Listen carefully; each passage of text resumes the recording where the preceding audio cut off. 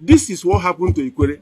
We are aware that the Ikwerre people have established that most of us, or many of us, are from Benin through Ekpe. We've established that long ago. Now people are asking us to speak Benin language. It's not possible because of what I'm talking about. Why here in Ikwerre space, we don't interact with Benin anymore. We interact more with Igbo. We interact more with Ijo. Come and check Ikwerre life. You'll find a mixture of all of that. They forget that Ishekiri and Urobo are from Benin, but they hardly speak Benin language. They forget that Igbos claim to be Jews, but they do not speak Jewish language.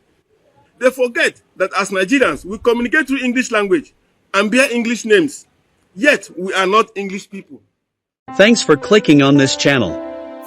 Please subscribe to FO's blog history, and click on the notification button so that whenever we upload a new video you will be notified. We are Benins, not Igbos Ikwerre elders, warn Ohaneze Ndigbo. The Ikwerre organization, popularly known as Imnurona Progressive Organization, IPO, has warned the leadership of Ohaneze Ndigbo to stop referring to them as Igbos. They said that their ancestors migrated from Benin to their present location. They said they find it offensive, insulting, shameful, disgusting, insensitive, careless, and uncivilized for Chief Emmanuel Nwanyenwu, president of Ohaneze Ndigbo, to be credited with the falsehood and unfounded claim that Ikwerre people are Igbo. To us at IPO, Ikwerre is Igbo means that all the ancestral communities in Ikwerre originated from Igbo. This is not true and can never be true, hence our reply to him, and indeed Ohaneze, the spokesman of IPO, said. For the avoidance of doubt, the Ikwerre people are a distinct ethnic nation recognized in Nigeria and the United Nations. Ikwerre language is one of the recognized languages in Nigeria and the United Nations, UN. Whoever is in doubt can contact the appropriate government authorities in Nigeria and the UN. While Ikwerre is our political name, Imnurona is our native name, and both refer to the same people, Ikwerre ethnic nationality.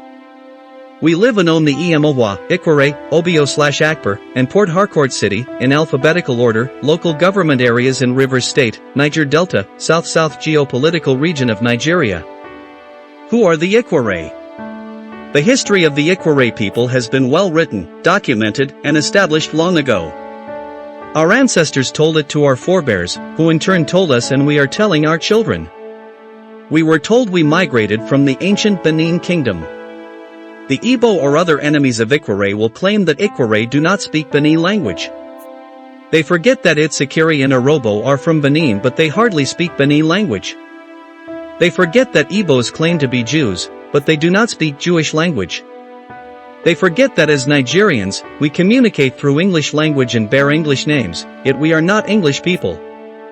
Consequently, IPO's reply to Nwanyenwu is that language, name, dances, songs, dressing cannot be and should not be used as determinants of who Ikwerre is, the spokesman of Ikwerre stated.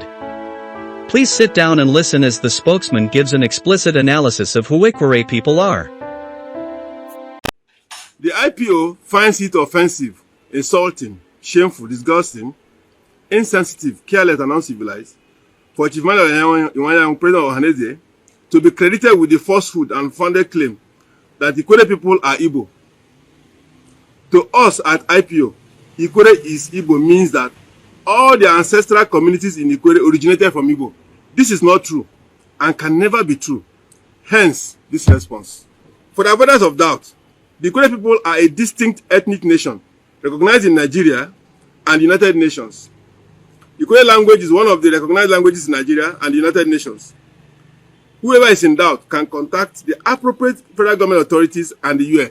While Ikwerre is our political name, Ihuroha is our native name, and both refer to us, Ikwerre ethnic nationality.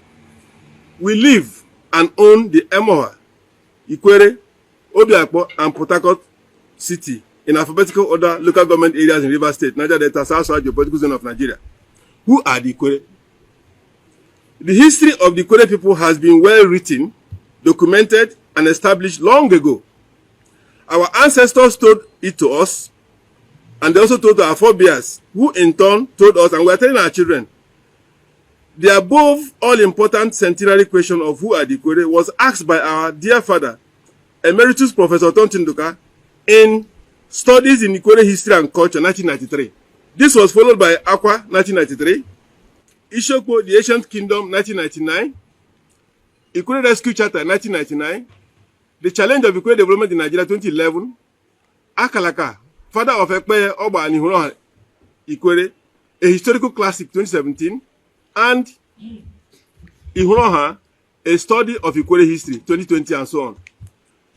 Fellow Nigerians, IPO would like to explain who the Ikwerre are by looking at the following three thematic subheadings. 1. Appearances. Under appearances, you can look at things like language, dressing, names, dances, and so on. Innate qualities and history. Appearances. Iwanyanwu, in his unguarded and uncut statements, all made within 1 week, stressed that Ihuroha is Igbo because she speaks Igbo language. How did our people learn to speak Igbo language? It was basically through social and economic interactions before, during, and after the slave trade. Igbo culture appears stronger in relating and assimilating other people's culture to its numerical strength, supported by their deep tendency in taking over other people's ways of life. For example, in those very early times, in a market of about 1,000 traders in Ikwerre, you may discover that Igbos constitute over 50% of the market population, while Ikwerre had 30%, Ijo 10%, others 10%. The Igbo traders will not bring anything to sell. Rather, they have come to always buy up things, farm produce from Ikwerre, fishes from Ijo land, and so on, because they have the cash. The Igbo trader will never try to speak Ikwerre. Rather, they will speak Igbo. And because they have the economic and numerical strengths, they tend to command trading respect from others. This way, and over decades, other traders in that market learned Igbo language, even unknowingly. Thus, our people, and indeed Niger Delta people, have understood and spoke Igbo. And this surely does not mean they are Igbo origin. Let us recall that late Professor K. Williamson, of blessed memory, made it clear that Ikwerre language is similar to Igbo, but not the same. Another way our people learned Igbo language was through the millions of Igbo women married to Ikwerre men. After marriage, the children are sure to learn and know more of Igbo language than Ikwerre language. This is how, up to today, more of our children easily understand and speak Igbo than Ikwerre. Does that mean these children are of Igbo origin? During the Eastern Regional Government, around 1952-1967, the Igbo dominated all strata of government. They also dominated especially the religious and educational lives of the Ikwerre. We clearly or vividly recall the late Elder S.A. Ekulo from Alo, who told us a story of how an Alo pastor who allowed singing of Ikwerre songs in one of the Orthodox churches in Alo, the church leadership, dominated by Igbo, banned him from the church and directed that henceforth only Igbo songs should be allowed in the church. Does this mean that the Alo congregation is of Igbo extraction? In schools, it was a popular story in my community how a pupil went for registration into Standard Primary 1 and the Igbo headmaster asked the father, "What is your son's name?" The father answered, "Ovunda." The headmaster could not understand the name. He asked for the meaning and the father answered, "It means the heart of the father." And the headmaster quickly wrote the boy's name as Obina. Does that mean the boy and his father are of Igbo extraction? Thus, all such cultural features or appearances that are mobile and transferable from one culture to another and can also be acquired through social, economic, political, educational, religious, and other possible forms of interactions with all cultures cannot be used to define a people. This is because the original cultures experience cultural osmosis and are either swallowed by the stronger culture and become extinct or diluted significantly to the extent that in the new geographical abode, such cultures are not known. This is what happened to Ikwerre. We are aware that the Ikwerre people have established that most of us, or many of us, are from Benin through Ekpe. We've established that long ago. Now people are asking us to speak Benin language. It's not possible because of what I'm talking about. Why here in Ikwerre space, we don't interact with Benin anymore. We interact more with Igbo. We interact more with Ijo. Come and check Ikwerre life. You find a mixture of all of that. They forget that Ishekiri and Urobo are from Benin, but they hardly speak Benin language. They forget that Igbos claim to be Jews, but they do not speak Jewish language. They forget that as Nigerians, we communicate through English language and bear English names, yet we are not English people. Consequently, IPO's reply to Iwanyanwu is that language, name, dances, songs, dressing cannot be and should not be used as determinants of who Ikwerre is. Innate qualities. IPO believe that another sure way of determining who a person is to peep into his innate behavioral tendencies. Do the Ikwerre behave like Igbo? Do the Ikwerre behave like Igbo? Or do the Ikwerre behave like Benin? In Ikwerre, outsiders allege that we are lazy and immobile people. Yes, we know we are a conservative people, but we are not lazy. These attributes of conservatism were very obvious in Ikwerre of up to the first half of the 20th century, but very reduced in Ikwerre of today. Ikwerre people are not lazy. We work and are comfortable within our space. Take note of this. We work and are comfortable within our space. We are reluctant to explore the outside. Hence, we appear immobile, not traveling to far places. But these are not Igbo characters at all. In fact, Ikwerre is in direct opposite of Igbo's aggressive, exploitative, and very hardworking characters. Ikwerre man is not a greedy person. He is satisfied with the little he has. A good example will suffice. Assuming that in the year 1960 AD, you call separately two persons, one Ikwerre person and one Igbo person, and give them each 100 British pounds to keep for you, that you will collect it back in the next 5 years. You come back in 1965, you call the Ikwerre man and say, I need my 100 pounds now. And the Ikwerre man runs into his house and returns the 100 pounds to you. Simple. You go to the Igbo man and say, please, I need my money. The Igbo man goes into his shop and brings 20 pounds and tells you, see, that 100 pounds, I use some part to rent shop, use some part to buy goods for resale, and I have been trading with the money since then, hoping that I will be able to save up to 100 pounds by the time you are going to come back. Because, there is no market. Things are very tough. Meanwhile, the stock of goods here in his shop is worth over 500 pounds. Remember, you gave him 100 pounds. But the goods he has is over 500 pounds. And they are just giving you 20 pounds. Message. The Ikwerre is conservative and risk averse. The Igbo is a risk taker and has great drive for profit. This character accounts for why Ikwerre people are not into trading or business of high risk nature. This drive for profit is a strong motivating factor or character for an average Igbo man, but not in the Ikwerre man. How many Ikwerre people are into trading in Port Harcourt, their own city? Can it be true that the Ikwerre man is Igbo? This is the question. One of the innate qualities of Igbo is that they are itinerant, they are mobile, and they always pride themselves of living in countries all over the whole world, just like you mentioned in the said publication. That is true. We agree it's true. So if Igbos can be in millions and thousands in all countries of the world, then they are surely in millions in Ikwerre land. And no wonder Iwanyanwu himself was raised in Ikwerre land. Lumokoro. IPO wished to reply Iwanyanwu that who a man truly is more about his core innate character and behavior than the physicals he sees. He sees language, he sees name, he sees dressing. Then they are Ikwerre, they are Igbo, or not Igbo. 3. History. IPO believes that another means of establishing who a people are is to investigate their history. So, if you are talking about history, don't just say you are from Igbo. Give us a piece of history that relates us to Igbo. We are telling you today that there is a piece of history that takes us to Benin, Abua, Hausa, and Igbo. We'll explain that now. As indicated earlier, the rich history of Ikwerre people has been well written, documented, and established. There are two theories that explain the history of Ihunro: autochtonism and migration.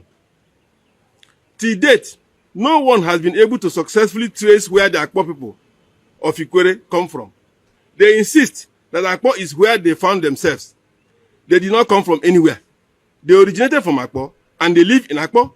Therefore, we call them the Ikwerre Aborigines. Under the migration theory, we have the external immigrants and internal migrations. In the external, we know of communities whose progenitors immigrated in the Ikwerre and settled here. A good example is the Ihuroha Ochichi immigrants who moved originally from Benin to Agbo, from Agbo to Ahoda Ikwerre now, and finally settled at Eleloknale, where God blessed him with many sons who now occupy many communities in the Ikwerre local government area. I have references to Otonti 1993, Akwa 1993, Dibia 2011, Enya 2017, and Akani 2020. There is also the Wagidi story. Wagidi was a Benin warrior who founded Ishoko ancient kingdom in about 10th century AD. I'm quoting Aleru, 1999. Evo kingdom also traces their history to the Benin kingdom. In Emohua, there is the Olo history. He migrated from Abua and founded the villages of Rumuchenya and Umbitango, while his younger brother founded Rumohia, all in Emohua kingdom. There is the Hausa community in Elelalimini. They have settled there for many decades now. They participate in everything Elelalimini is doing as a community.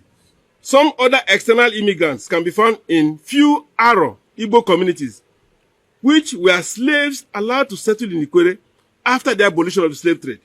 Heavy in our findings is multiple internal migrations, Akani et al. 2020. A good example is the movement of Oduoha from Rokpoko through Ishokbo, crossed the Sombrero River, and first settled at Ishodu, and later moved on to finally settle at Oduoha. I'm quoting Chikunda, 2001. All in Emohua Kingdom. There was also the story of a man called Elechi, who moved from Oroworuko and founded Nkpolo, which you all of you call Diop. What you call Diop is actually Nkpolo Oroworuko, and it was founded by a man called Elechi. That's why if you go to my 3, by the right, there's Elechi Street.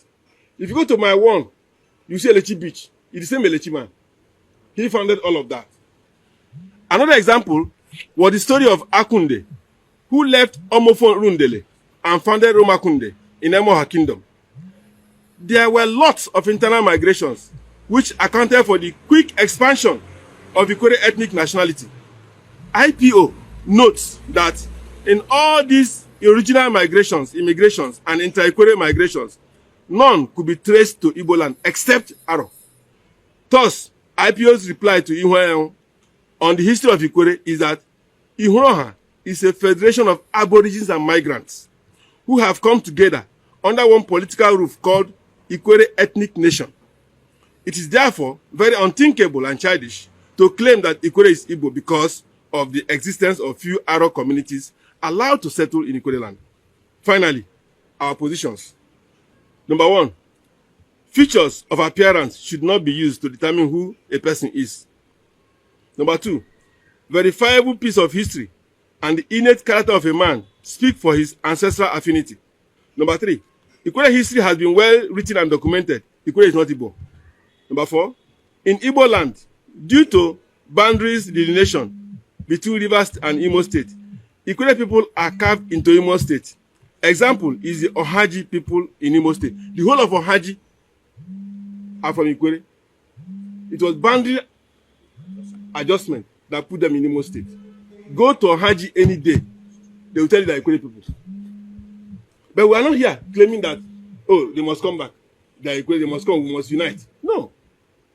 Otherwise, United States would have been telling Kenya, come, let us unite and form whatever. Where you finally found yourself, be there. And stay with them and say you are here. Otherwise, US wouldn't have allowed Obama to contest election if he has claimed that he's a Kenyan. Ohaneze should know that it is only a handful of Aro people who are allowed to settle in Ikwerre that can trace their origin to Igbo land. Therefore, it is very wrong, preposterous and unacceptable for anyone to say that Ikwerre is Igbo.